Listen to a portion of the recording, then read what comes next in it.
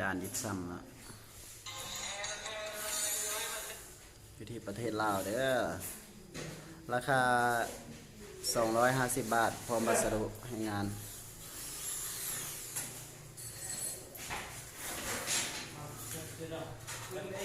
สร้างมีประสบการณ์มาหลายกว่า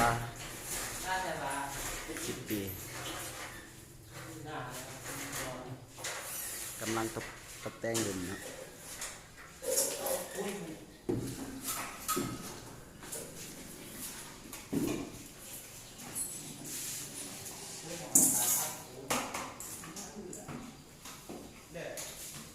ท่านใดสนใจติดต่อมาได้เด้อราคา250 บาท